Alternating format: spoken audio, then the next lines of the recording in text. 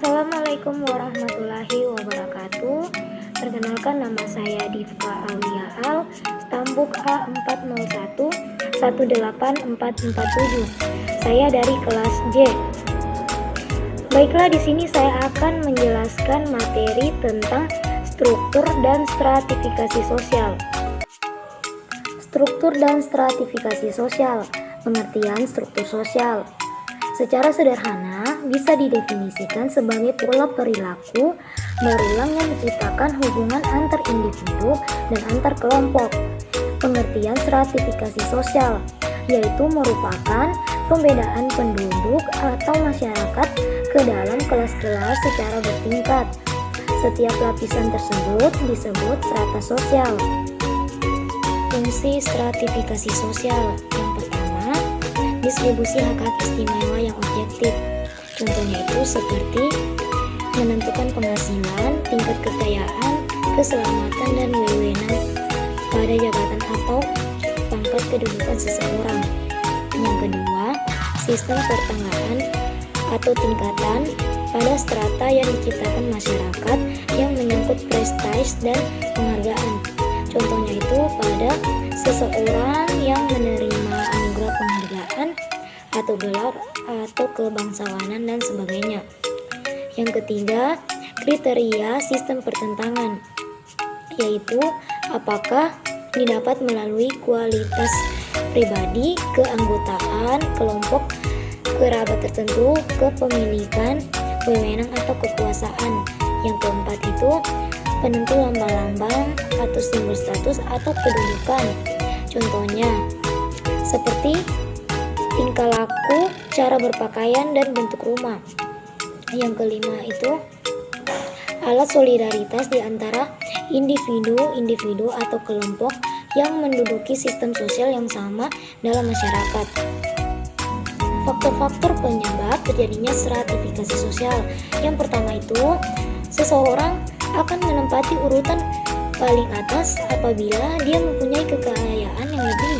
Yang kedua, kehormatan. Seseorang yang sangat dihormati umumnya selalu menempati lapisan paling tinggi.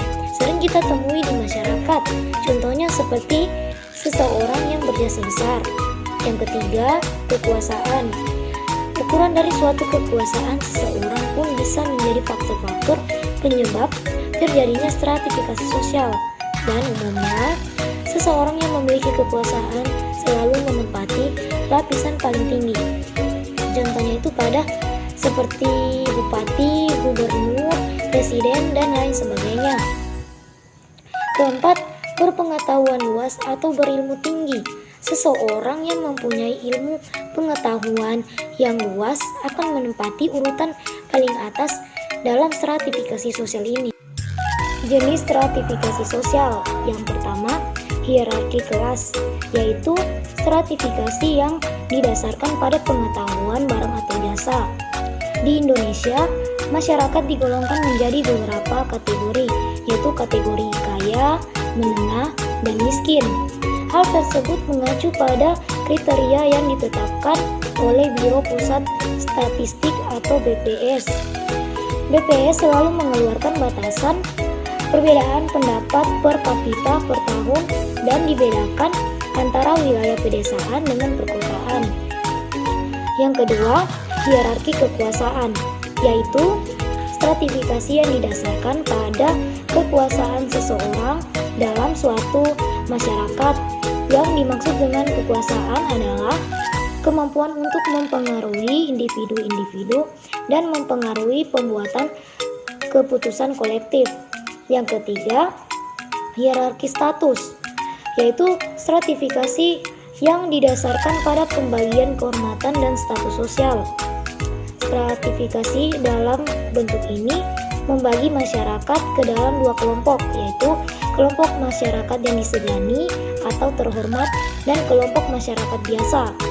Kelompok masyarakat yang menduduki posisi terhormat biasanya memiliki gaya hidup yang inklusif, biasanya diwujudkan dalam bentuk pembatasan terhadap pergaulan erat dengan orang yang statusnya lebih rendah. Sistem stratifikasi sosial dibagi menjadi dua. Yang pertama, sistem stratifikasi terbuka, yaitu menggambarkan bahwa kedudukan seseorang diperoleh atas usaha sendiri melalui beragam saluran sehingga mobilitas sosial vertikal umum terjadi. Contohnya, melalui pendidikan, status seseorang bisa naik. Yang kedua, sistem stratifikasi tertutup, yaitu menggambarkan kedudukan seseorang dalam masyarakat diperoleh karena kelahiran, sehingga mobilitas sosial vertikal sangat sulit terjadi.